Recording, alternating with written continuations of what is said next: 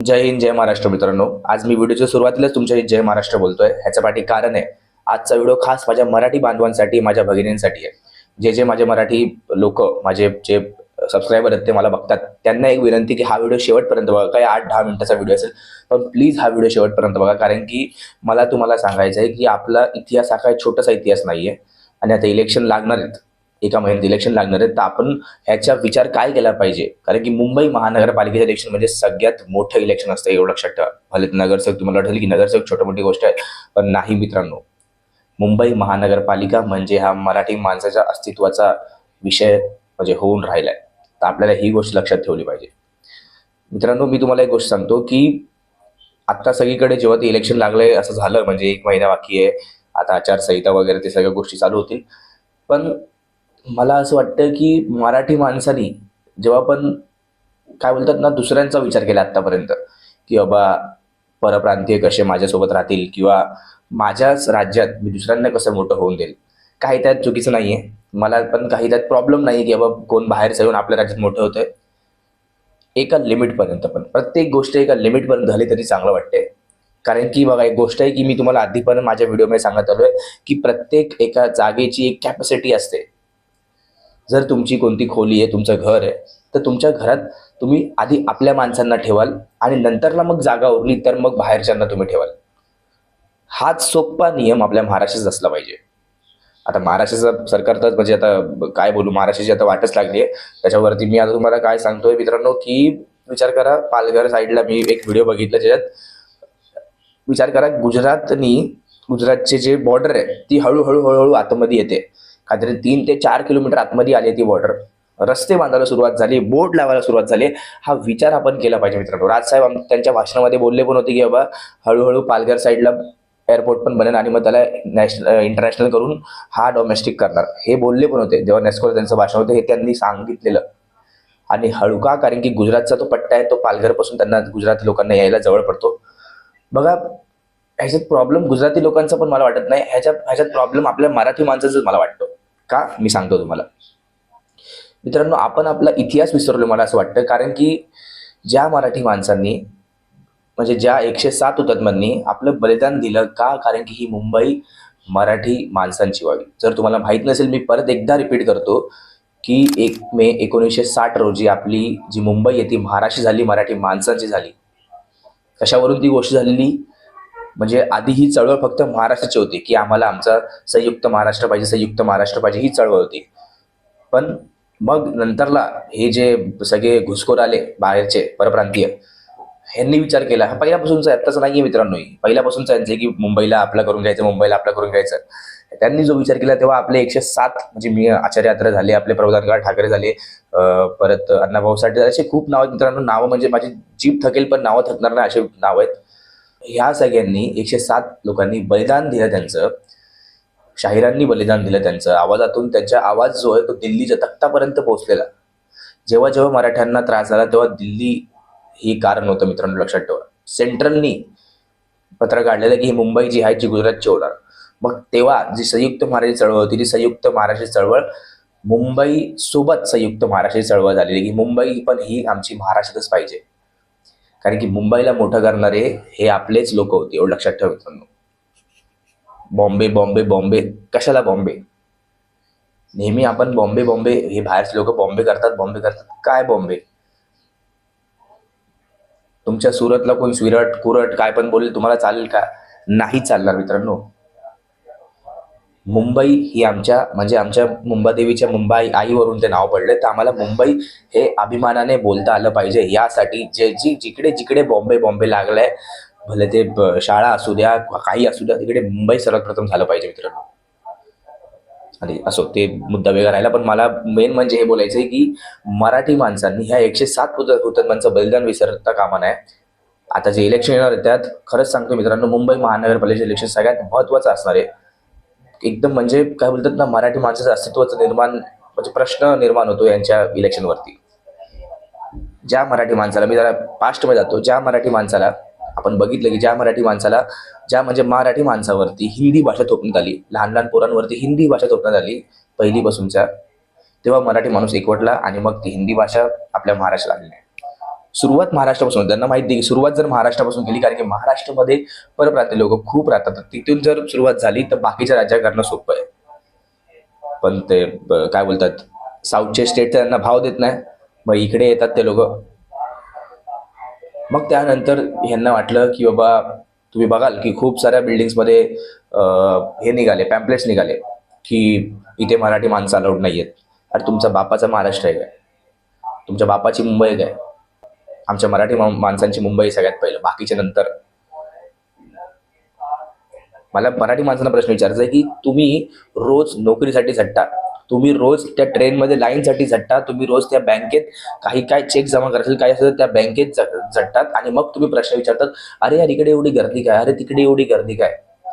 याचं कारण मित्रांनो, हळूहळू हळूहळू हळू परप्रांतीयांची संख्या आपल्या मुंबईमध्ये वाढत चालली आहे.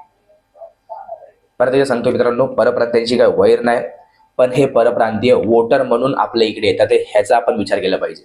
दुसऱ्या राज्यात जा तुम्ही, कोणत्याही राज्याचा दुसरा, तुम्हाला दिसतील का कोण तिथे, कोण तुम्हाला पाटील दिसेल का, कोण तुम्हाला फडणवीस दिसेल का, कोण तुम्हाला ठाकरे दिसेल का? तिकडे नाही दिसणार. आमदार नगरसेवक नाही दिसणार तुम्हाला जास्त. पण आता आपल्या इकडे एका पार्टीचे, आता म्हणजे पार्टीचं नाव घेऊन घेऊन थकलोय, त्या पार्टीमध्ये 30 ते 40% आमदार हे बाहेरचे, परप्रांतीय. नगरसेवक कसा असला पाहिजे मित्रांनो? नगरसेवक हा सगळ्यात पहिलं ज्या भागातला तो आहे, ज्या वॉर्डमधला तो आहे, त्या वॉर्डमध्ये तो राहिला असलेला पाहिजे, त्याला माहिती असलं पाहिजे की तिकडच्या लोकांचे प्रॉब्लेम काय. सोपे प्रॉब्लेम असतो नगरसेवकांचे, सोपे. मी तुम्हाला आमच्या इकडचं उदाहरण देईल, गोरेगावचं, तर तुम्हाला सांगतो मित्रांनो, सोपे प्रॉब्लेम असतात एकदम. की बाबा कधी कोणती गल्ली बनत नाहीये, किंवा काही पाण्याचा प्रॉब्लेम झालाय, अशा प्रॉब्लेम होतात, नगरसेवकांकडे येतात. पण नगरसेवकांचं काम काहीतरी वेगळंच लोकांना वाटतं. लोकांना वाटतं की आम्हाला बिल्डिंग बांधता येईल इकडे, किंवा आम्हाला रिडेव्हलपमेंट होईल इकडे, आम्हाला घरं भेटतील 2-2 BHK 1-1 BHK. मित्रांनो, हे काम नगरसेवकाचं कसं झालं मला समजत नाही. नगरसेवकाला मोजून निधी एवढा, म्हणजे जर तुम्ही सर्च कराल तर बघा किती निधी आहे. बोलू पण शकत नाही मी, एवढा पगार किती, 25,000 पगार आहे त्यांना दरमहा. कशाप्रमाणे हे लोक एवढे मोठे मोठे, जर तुम्ही एकदा अभ्यास करा मित्रांनो, माझं एवढंच म्हणणं आहे, मराठी माणसांनी अभ्यास केला पाहिजे. कारण की मराठी माणसाचं अस्तित्वाचा प्रश्न आहे आता हा. पुढची 5 वर्ष जर परत परत परप्रांतीयांच्या हातात गेली, की मग शेवटी परप्रांतीयच या मुंबईवरती हात मारणार, आणि मग परत आपल्याला एक असाच संयुक्त महाराष्ट्राचा लढा काढावा लागेल, आणि हा संयुक्त महाराष्ट्रासोबत परत मुंबई सोबतचा लढा असेल. त्यावेळी ते 107 हुतात्म्यांनी बलिदान दिलं, पण यावेळी शेकडो काय लाखो मराठ्यांना उतरावं लागेल, तेव्हा कुठे काय ती गोष्ट होईल. पण तिथपर्यंत पोहोचण्याआधी आपल्या मराठ्यांनी, मला असं वाटतं की बाबा काय बोलतात, डोळे उघडे ठेवून पाहावं की आपल्या आजूबाजूला काय चालू आहे. तुम्ही कुठेही जा मित्रांनो, ह्यांना मराठी भाषा बोलायला लाज वाटते, आणि मग ह्यांना बोलला आपण प्रेमाने, तर हे लोक आरे करतात. आपल्याच मुंबईमध्ये राहून, आपल्याच काय बोलतात बोकांडी बसून ह्यांना बिल्डिंगमध्ये घर राहायला मिळतात, आणि हे लोक तिकडे पॅम्पलेट लावतात. परत काही असे आमदार जे मराठी सुद्धा, दैसरचे तुम्ही बघितलेलं, प्रकाश सुर्वे जे आहेत साहेब, आमदार साहेब, म्हणजे बोलायला साहेब कसरी वाटते, पण तरी पण आता काय बोलायचं की बाबा, ते एक रिस्पेक्ट नावाची गोष्ट असते. तरी पण त्यांनी ते काय बोललेलं की बाबा, मराठी माझी माय आणि हिंदी माझी मावशी, एक वेळेस माय मेल तरी चालेल, माय मराठी माय मेल तरी चालेल, पण मावशी जिवंत असली पाहिजे. तरी मराठी माणूस अजून शांत आहे. हा जो मराठी माणसाचा द्वेष आहे, हा जो मराठी माणसाचा राग आहे, हा मला असं वाटतं की मित्रांनो येत्या निवडणुकीत दिसला पाहिजे. आतापर्यंत मला असं वाटतं मित्रांनो की तुम्हाला सुद्धा माहिती, की कोणतं सरकार मराठीची बाजू घेत आलंय, मराठी माणसांची बाजू घेत आलंय, महाराष्ट्राबद्दल बोलत आलंय.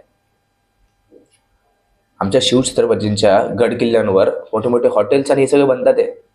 रायगडवर मित्रांनो, राजधानी आपली, लांबची गोष्ट नाही, रायगड अनधिकृतपणे अजूनपर्यंत सरकारला माहिती नाही. नमो टुरिझम, नरेंद्र मोदी साहेबांचा काय म्हणजे याचा काय दोष नाहीये, पण नमो टुरिझम का? आमचे छत्रपती शिवाजी महाराजांनी स्वतःचे गडकिल्ले असून, त्यांच्या मावळ्यांचे गडकिल्ले असून, त्यांचं नाव काही दिलं नाही त्या गडकिल्ल्यांना, तुम्ही तिकडे नमो टुरिझम बांधतात आहे. ही जर निवडणूक गेली मित्रांनो महानगरपालिकेची, तर मराठी माणूस हा संपूर्णपणे काय बोलतात ना, एका साईडला होऊन जाईल, सरकून जाईल. 107 हुतात्म्यांनी जे बलिदान दिले आपल्या मुंबईसाठी, ते आपण पाण्यात टाकू, डायरेक्ट पाण्यात. विचार करा मित्रांनो, फक्त आणि फक्त 65 वर्ष का 66 वर्ष झाली आतापर्यंत संयुक्त महाराष्ट्र लढा होऊन. 1960 साली झालेला आणि फक्त परत 66 वर्षात परत आपल्या मराठी माणसांना एकजूट होण्याची गरज आहे. का चाललाय मराठी माणूस आपला हा महाराष्ट्र सोडून, देश सोडून? याचं रिझन हेच आहे की तो बाहेर पडला की त्याला गटार दिसतं, बाहेर पडला की त्याला गर्दी दिसते, बाहेर पडलं की त्याला रांगाच रांगा दिसतात कुठेही. अरे का राहायचंय आपण असं? दुसऱ्यांचं राज्य आहे, ते मोठे करतील. आजपर्यंत जेवढे प्रधानमंत्री बनले हे त्यांच्या राज्यातले बनले, त्यांचं राज्य त्यांना मोठं करता आलं नाही. नरेंद्र मोदी साहेबांनी त्यांच्या गुजरातला मोठं केलंच ना शेवटी. तसंच बाकीच्या राज्यांचे प्रधानमंत्री होते, त्यांना त्यांचं राज्य मोठं करता आलं नाही. आमच्या महाराष्ट्र राजकारण्यांनी हा राज्य मोठा केला, तर तुम्ही याचा फायदा उचलून सगळ्याच्या सगळीकडे यायला लागले. आमच्या मराठी पोरांना नोकऱ्या कधी येतात ते समजत नाही, आणि बाहेरच्या लोकांना पहिले समजतात की नोकऱ्या कधी येत. रेल्वेच्या भरती झालं आत्ता मध्ये त्या LNTच्या कंपनीमध्ये गुजरातमध्ये त्याचं हे गेलंय पॅम्पलेट्स. पण महाराष्ट्राच्या मुलांना माहिती नाही की तिकडच्या नोकऱ्या. नवी मुंबईचं एअरपोर्ट बनलं, त्यात मराठी माणसांनाच म्हणजे जागा नाही. विचार करा, सगळ्यात पहिला आपल्या भूमिपुत्रांना तिकडे म्हणजे नवी मुंबईची लोक त्यांना पहिल्या तिकडे जागा भेटली पाहिजे. त्यांना जे जे सक्षम आहेत, मी असं नाही बोलत की कोणालाही घ्या, मराठी माणूस जो शिकलेला असेल, तो पोरगी शिकलेले असतील, त्यांना पहिल्या तिकडे जागा भेटली पाहिजे. त्यांची जागा आहे ती, बाकीचे नंतर. हा विचार आपण केला पाहिजे. कोणाशी वैर नाही आपलं, कोणाशी वैर नाही आपलं, कोणत्या परप्रांतीयाशी वैर नाही आपलं, पण महाराष्ट्रात पहिला काय बोलतात ना, स्थान हे मराठी माणसालाच भेटलं पाहिजे. कारण की मराठी माणसांनी इकडे बलिदान दिलंय. जो कोणी बोलेल की अरे काय सगळ्यांनी मिळून राहिलं पाहिजे, मान्य आहे. उद्या जर आम्ही इथून तिकडे गेलो, आम्ही जर मराठी माणसं सगळ्याच्या सगळे उठून तिकडे गेलो त्यांच्या राज्यात, ते आम्हाला खपून घेणार नाही, ते आम्हाला ठेवणार नाही.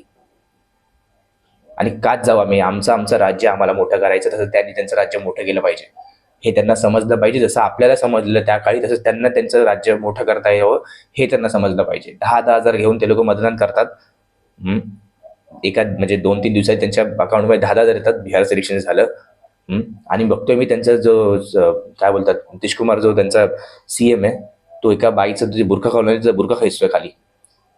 असे निर्लज्जपणाच्या गोष्टी करतात. म्हणजे काय बोलायचं विचार करा मित्रांनो. मला आपल्या मुख्यमंत्री साहेबांना पण एवढं सांगायचं की मराठी माणसांचा विचार आता आपण केला पाहिजे. खूप म्हणजे मी जिकडे तिकडे जातो मित्रांनो, मला जास्त करून परप्रांती दिसतात. मी परत सांगतो, त्यांच्याशी मला प्रॉब्लेम नाहीये, पण माझा मराठी माणूस हा माझ्यासाठी पहिला आहे. आणि कुठेही असू द्या, मराठी माणसाला पहिली जागा भेटली पाहिजे. कोणी बाहेर जाऊन ती जागा घेतलीच नाही पाहिजे. जर मराठी माणूस त्या सक्षम आहे, जर मराठी माणूस त्या कायम आहे की बाबा तो करू शकतो, तर मला असं वाटतं त्याला पहिलं ती जागा भेटली पाहिजे, बाकीचे नंतर. कारण की हे बाहेरून आणलेले वोटर्स आहेत. हळूहळू आपल्याला समजत नाही, आता ह्या इलेक्शनमध्ये आपल्याला समजतील की बाबा हे बाहेरून आलेले वोटर्स आहेत. कुठून एवढे मतदान पडताना, कुठून एवढे काय बोलतात एवढा मार्जिनच्या डिफरन्स हे लोक जिंकून येतात. ते तर वोटर्स जाऊ देते बाबा, ते काय ते वोटिंग बूथचं जे इलेक्ट्रॉनिक प्रोसेस असते पूर्ण, ते तर खराबच आहे ती. पण आपण मराठी माणूस म्हणून विचार केला पाहिजे की आपण कोणाशी एकनिष्ठ राहायला पाहिजे. आता हा वेळ आला मित्रांनो, जो मराठी माणूस भरकटलेला इकडे तिकडे, आणि एका जागेवर राहून एक म्हणजे पक्ष सोडावं, मिळेल तो उमेदवार निवडा. आपल्या जागेवरती उमेदवार निवडा जो मराठी आहे, जो हक्काने मराठी माणसाची, जो तुमच्या इकडे जो पण येईल त्याला विचारा की तू मराठी माणसाची बाजू घेशील, तू मराठी माणसासाठी काय करशील, हा प्रश्न पहिला त्याला विचारा आणि मगच त्याला मतदान करा. कोणताही पक्ष असू देतात. मोस्टली तो युवा असला पाहिजे, आत्ताचा उभारता नेता असला पाहिजे. त्याला वाटलं पाहिजे की मराठी माणूस हा कुठेतरी हरपला आणि मराठी माणसाला परत जागा करणं, मराठी माणसाला परत अंगात भिनभिन्न हे गरजेचं आहे. आणि हे केव्हा भिनभिनेल, जेव्हा मराठी माणूस एकत्र येईल आणि असा एक उमेदवार भेटेल प्रत्येक वॉर्डात जो मराठी असला पाहिजे.